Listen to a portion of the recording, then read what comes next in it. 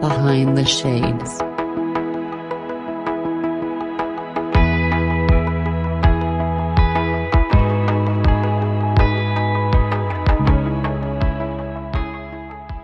How come there hasn't been any updates to the curriculum? It seems like, at least on the outside, we're teaching the same thing hundreds and hundreds and hundreds of years ago.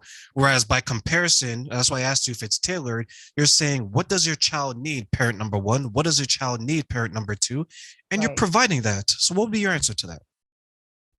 I think, well, it's unfortunately our education system is just broken. We are still thinking of students as getting them ready to go to the office every single day, go to the factory every single day, learn the same way that our parents and our grandparents learned. And we know that our society and the way we work and the way we process things have changed a whole bunch. And so that needs to be changed. But whenever you are working with the parameters of here's your classroom and here's your 30 kids and you have to deal with A, B, C, and D all at the same time, it's hard to make those big shifts and those big changes. So that's part of it. And then also, like you said, money. I mean, unfortunately, our schools lots of times are money driven. So if you don't have a class that has enough kids in it, they can't afford to pay that teacher for that smaller group of kids. And that's another societal break, I would say, is that our schools aren't necessarily being funded the way they need to. Now, that doesn't mean that they don't have enough money. Sometimes it's that they aren't using the money the way it really should. And that was one of the things that was really tough for me, was that administration kept seeming to get bigger and bigger. And what was happening in the classroom didn't seem to be supported as much. And yeah, I mean, because there were so many awesome, wonderful teachers out there who are trying every single day to make it the best possible education for your child. But at the same time, there's other things influencing and happening that's not letting that happen. And that's a shame because the only people that truly suffer in that case are the children, right? Exactly. And that was breaking my heart. I actually told, wow, I haven't, one of the last years I was in the classroom, I actually called a parent into the classroom and I said, this is the hardest discussion I've ever had.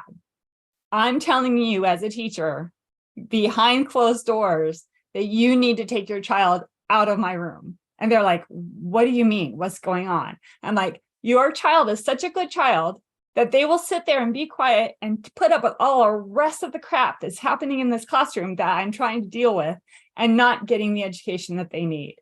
Please do something for your child that I can't do at this time.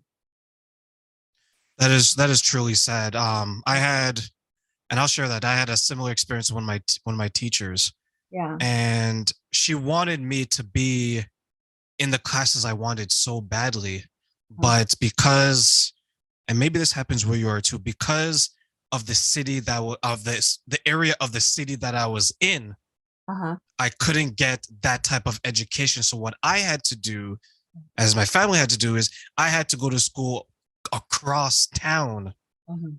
to get the type of education. And it was sad for her because, to your point, Mhm. you have someone that's a good student that's leaving your class, not because the student is underperforming or not because you're not doing your job.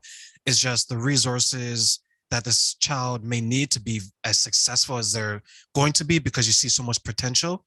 They don't have it, right? Right, exactly. Yeah. And that's, that leads us into a whole different conversation, is that the way our system is broken is that parents don't have that choice. Their kids have to basically go to the school that's right there near them. But if the way the system was set up, parents had more choice, there were more charter schools, private schools, or the funding for the child went with them. Look, luckily, a few states are getting there, right? They have funding that follows the child instead of goes to the school that the child is at. That would be so beneficial. And I know there's going to be a whole bunch of backlash. The teachers unions and things are going to be like, wait, you can't do that. It's going to tear apart our schools. And it's like, but if the system isn't working, what's our first priority? The kids. And you can't do that if they're stuck with the funding, stuck in one place and not moving with them to get the best education for them. So, Christina, seems like that's an issue that is not only where you are, but it seems to be expanding.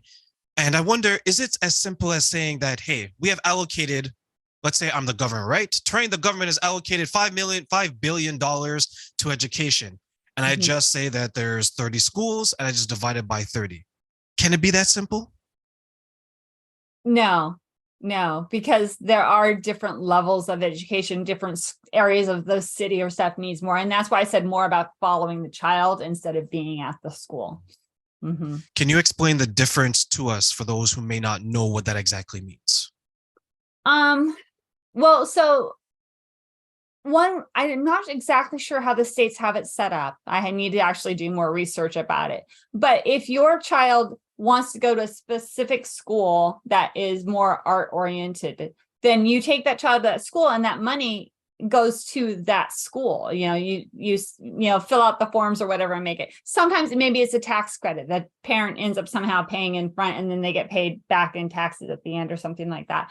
But it's really following the school. And so when a child is maybe like homeschooled, it helps pay for the curriculum for the child at the home that the parent teaches them instead. So they really get to use that money specific for what the child wants to and needs to learn.